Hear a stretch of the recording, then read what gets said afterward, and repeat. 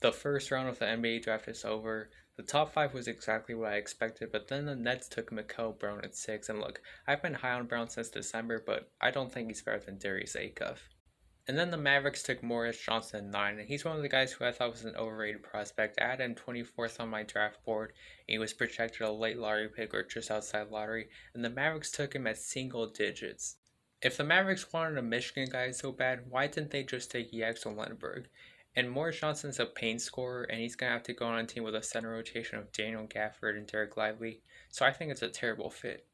The Bucks are honestly one of the 3 or 4 biggest winners of the draft. They had the 10th and 13th picks, and they got Nate Met and Braden Burries out of it. The future in Milwaukee is bright. They killed the Giannis trade. The Bulls took Dalen Swain at 15. He's another guy who I felt like was an overrated prospect, but also the Bulls already have the forwards of their future in Caleb Wilson, Modest Buzelis, and Noah Sengi. What they didn't have was a guard of the future next to Josh Giddey. There were a few good guard options at 15. And also, I think Swain next to Sengi is a strange fit. Those are two kind of all-around playmaking forwards. The Thunder traded up for Bennett Sturts, and I get it, they're going for an older prospect. They're more of a win-now team, but they could have had LeBaron Philon, Christian Anderson, Cameron Carr. I'm not sure. And then the Pistons traded up for Buka Corey, which I think is a lot less defendable. And I think it's going to be hard for him to ever find a role in this team because I think him and Dennis Jenkins is a little redundant. The Hornets chose Christian Anderson over Cameron Carr and LeBaron Philon. Of those three options, I think Anderson's the worst fit because I would rather have more defense or more scoring around LaMelo than more playmaking. If they run LaMelo ball Christian Anderson lineups, they're going to have to figure out how to share the ball. The Raptors took Allen Graves at 19, who I think is one of the most overrated prospects this year.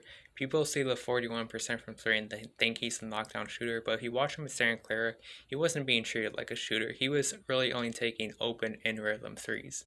Between Scotty Barnes, Colin Murray Boyles, Jakob Poeltl, Sandro, and now Allen Graves, I don't know how the rotation is going to work, and I think the spacing is horrible. The weird thing about Jaden Quinn is people are concerned about his health, but let's be honest, he's going to be healthy going into his first year in the NBA, and so you have to scout him based on how he is when he's healthy. And going back to when he was 18 years old, I felt like he could be a D-boy candidate one day. The 76ers' only problem is depth, and they got a steal on LeBaron Philon, so they're getting closer to contending. Cameron Carr is another steal. He makes the Lakers deeper. I think he's a defensive upgrade over Jake LaRavia in the rotation. The Lakers are getting closer.